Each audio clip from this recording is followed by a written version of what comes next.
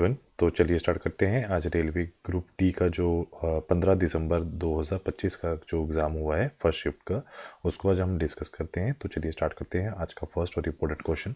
पहले क्वेश्चन में ये पूछा गया है कि बिहार विधानसभा चुनाव में 2025 में बीजेपी को कितनी सीट्स मिली हैं। तो उसका जो राइट आंसर है, बीजेपी को जो है वो 89 सीट्स मिली हैं। तो अगर हम बात करें जो 2025 में, अगर पूरे बिहार विधानसभा चुनाव की बात करें तो सीट्स कितनी मिली हैं, 243 सीट्स मिली हैं। अगर हम बात करें तो जो सबसे बड़े 5 जो राजनीतिक दल निकल कर आए हैं वो कौन से हैं, भारतीय जनता पार्टी जिसको 89 सीट मिली है, जनता दल यूनाइटेड 85 और राष्ट्रीय जनता दल 25 और जो लोक जनशक्ति पार्टी है रामविलास को 19 सीटें मिली हैं। अगला क्वेश्चन ये पूछा गया है कि जो दबाव है, जो प्रेशर है, उसका जो एसआई मात्रक है, जो प्रेशर जो यूनिट है वो क्या है, वो है पास्कल। अगर हम बात करें जूल की तो उसकी एनर्जी है और न्यूटन की फोर्स है और वॉट की क्या है, पावर है। अगला क्वेश्चन ये पूछा गया है कि 2025 में अगर हम पैरा एथलेटिक्स विश्व चैंपियनशिप की बात करें वो कहाँ आयोजित की गई हैं। तो उसका जो राइट आंसर है वो नई दिल्ली भारत के अंदर आयोजित की गई है। और वो भी कहाँ पर, नई दिल्ली में जवाहरलाल नेहरू स्टेडियम के अंदर वो आयोजित की गई हैं। और ये 27 सितंबर से 5 अक्टूबर तक चली हैं और भारत में आयोजित जो होने वाली है सबसे बड़ा पैरा खेल आयोजन बना है। उसके बाद अगला क्वेश्चन ये पूछा गया है कि 2025 और 2026 की अगर हम केंद्रीय बजट की बात करें तो जो स्वास्थ्य और परिवार कल्याण जो मंत्रालय है, ministry of health and welfare है, फैमिली वेलफेयर में कितना बजट आवंटित किया गया है। तो उसका जो राइट आंसर है 99,858 करोड़ रुपए आवंटित किया गया है, जो कि पिछले जो बजट है उसके मुकाबले 11% ज़्यादा है। उसके बाद अगला क्वेश्चन में ये पूछा गया है कि हाल में ही एक बुक जो है पूछी गई है, उसके ऑथर पूछे गए हैं। मार्च ऑफ ग्लोरी नाम की एक बुक लिखी गई है, उसके ऑथर का नाम क्या है। तो उनके ऑथर का नाम है के अरुगुम जो है, और बोरिया मजुदगर है जो उनके बुक के ऑथर हैं, उनका नाम है। और यह पुस्तक किसके ऊपर लिखी गई है, यह पुस्तक जो है 1975 की ऐतिहासिक जो हॉकी जो विश्व कप जीता है उसके ऊपर ये बुक है जो है लिखी गई है।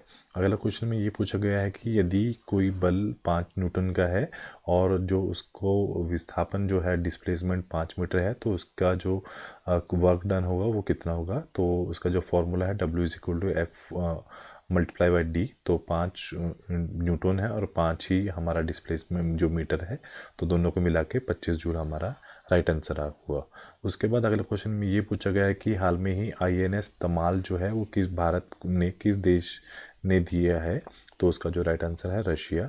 तो INS तमाल जो है वो भारत को रूस ने दिया है। तो ये एक चीज़ आप ये भी याद रखोगे कि ये जो रूस की जो यांतर जो शिपयार्ड है उसने ये बनाया है और जुलाई 2025 में ये भारतीय नौसेना के अंदर शामिल किया गया है। अगले क्वेश्चन में ये पूछा गया है कि हाल में ही जो डॉक्टर दुदेबर जो नागेश्वर रेड्डी को 2025 में पद्म विभूषण से सम्मानित किया गया है, यह जो सम्मान है वो किसी योगदान के लिए मिला है। तो यह सम्मान उनको चिकित्सा और मेडिसिन के लिए मिला है। तो उनको 2025 में पद्म विभूषण से सम्मानित किया गया है। खासकर उनको गैस्ट्रोएंटेरोलॉजी और एंडोस्कोपी में उनको जो उनकी मेन जो कोर है उसकी वजह से ये इनको पुरस्कार से सम्मानित किया गया है। अगले क्वेश्चन में ये पूछा गया है 21 जून 2025 में 11वें अंतर्राष्ट्रीय जो योग दिवस है उसके मुख्य राष्ट्रीय कार्यक्रम का जो नेतृत्व प्रधानमंत्री मोदी ने कहाँ पे किया है। तो उसका जो राइट आंसर है विशाखापत्तनम आंध्र प्रदेश में ये किया है, भारत के अंदर किया गया है। आपको ये भी ध्यान रखना है कि 21 जून जो होता है वो योग दिवस के रूप में मनाया जाता है। और सबसे इम्पोर्टेंट आपको ये भी याद रखना है कि यहाँ पर मुख्य जो आयोजन स्थल है उस पर 3 लाख से अधिक लोगों ने पार्टिसिपेट किया है, जो एक कॉमन योगा प्रोटोकॉल का अभ्यास उन्होंने किया था। उसके बाद अगला क्वेश्चन में ये पूछा गया है वर्ष 2025 में इसरो ने अपने 100वें मिशन के लिए किसी निमित्त में से जो प्रेक्षण यान का उपयोग किया है। तो उसका जो राइट आंसर है GSLV F-15 का जो यूज़ किया है। तो भारत जो इसरो है उन्होंने 2025 में अपने 100वें मिशन के लिए GSLV 15 F-15 का यूज़ किया है। तो उन्होंने जो है 29 जनवरी 2025 को NVS-02 जो नेविगेशन उपग्रह को सफलतापूर्वक लॉन्च किया है। और ये कहाँ पे किया है? श्रीहरिकोटा में। और ये इनका 100 मिशन जो परीक्षण मिशन था, और भारत के जो अंतरिक्ष क्षमता को बढ़ाने के लिए या फिर इनके लिए एक महत्वपूर्ण मिशन में से एक है। अगला क्वेश्चन पूछा गया है कि जो प्लास्टर ऑफ पेरिस का है उसका रासायनिक फॉर्म जो सूत्र है वो क्या है? तो ये CaSO4 और हाफ मॉलिक्यूल्स ऑफ वाटर है इसका राइट आंसर। इसका जो रासायनिक नाम है वो कैल्शियम सल्फेट हाइड्रेट भी इसको बोला जाता है। अगला क्वेश्चन में ये पूछा गया है कि हाल में ही चीन ने अपना नया के वीज़ा जो किस क्षेत्र के लिए शुरू किया है? तो उसका जो राइट आंसर है वो high level foreign talent and science and technology के उन्होंने यूज़ किया है। तो इसके उद्देश्य क्या है? Stem science technology engineering and mathematics जो क्षेत्रों के युवा शोधकर्ता हैं उनके अपनी तरफ आकर्षित करने के लिए उन्होंने ये वाला वीज़ा स्टार्ट किया है। अगले क्वेश्चन में ये पूछा गया है कि जो चंद्रमा पृथ्वी के चारों ओर और जो सीधी रेखा में नहीं बल्कि एक वक्र रेखा में कक्षा में घूमता है, ऐसा क्यों होता है? तो आपको ये ध्यान रखना है। जो आंसर है, जो चंद्रमा जो सीधी रेखा में नहीं वक्र मतलब अंडाकार पथ पर इसलिए घूमता है क्योंकि पृथ्वी का जो गुरुत्वाकर्षण बल है वो अपनी तरफ खींचता है, जबकि चंद्रमा की अपनी जड़त्वीय जो इनर्शिया ऑफ मोशन है उससे सीधी दिशा में जाने की प्रवृत्ति देता है। तो दोनों बल जो साथ में मिल जाते हैं, मतलब पहला ग्रेविटेशनल फोर्स और दूसरा है इनर्शियल जो इनर्शिया ऑफ मोशन है, इनकी वजह से वो दोनों जो उसकी जो घूमने की जो घूमता है वो अंडाकार घूमता है। जैसे कि गेंद से बंधी हुई गेंद को घुमाया जाता है वैसे ही वो घूमता है। उसके बाद अगला क्वेश्चन ये पूछा गया है कि विवादों में रहे कांचा गाची बावली वन क्षेत्र का जो कुल क्षेत्रफल कितना है जो रहा है? तो उसका लगभग 400 एकड़ रहा है जो ये वन सुर्खियों में रहा है। और ये क्षेत्र कहाँ पर है? ये हैदराबाद के पश्चिमी हिस्सों में है, वित्तीय जिले के पास ये प्रेजेंट है। अगला क्वेश्चन है, जो अम्ल और कुषार हैं एसिड और बेस के अंदर जब अभिक्रिया होती है तो उससे क्या होता है? वो एक एक्सोथर्मिक रिएक्शन है। तो होता क्या है, जब एसिड और बेस मिलता है तो वहाँ पे न्यूट्रलाइजेशन रिएक्शन होती है, मतलब सॉल्ट और वाटर बनता है, जो कि एक एक्सोथर्मिक रिएक्शन का एक एग्जाम्पल है। अगले क्वेश्चन में ये पूछा गया है कि कौन सा जो सेक्सुअल ट्रांसमिटेड डिजीज़ है जो बैक्टीरिया की वजह से होती है?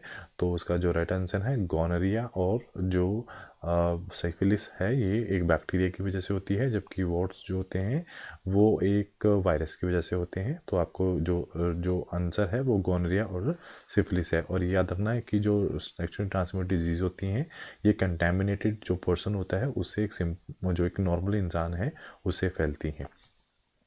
उसके बाद अगला क्वेश्चन में ये पूछा गया है मिश्रित खेती होती क्या है? तो ये एक ऐसी प्रणाली है जिसमें किसान एक ही खेत या फार्म पर जो फसल उगाना, जैसे पशुपालन, गाय भैंस बकरी मुर्गी पालन दोनों एक साथ ही करता है, और उसमें आय का जो स्रोत है उसमें डाइवर्सिटी आती है, जोखिम कम होता है, संसाधनों जैसे गोबर से खाद चारे का उपयोग का जो बेहतर इस्तेमाल हो जाता है, और ये ऐसी कृषि लाभदायक होती है और एक संतुलित परिस्थिति तंत्र का निर्माण करती है।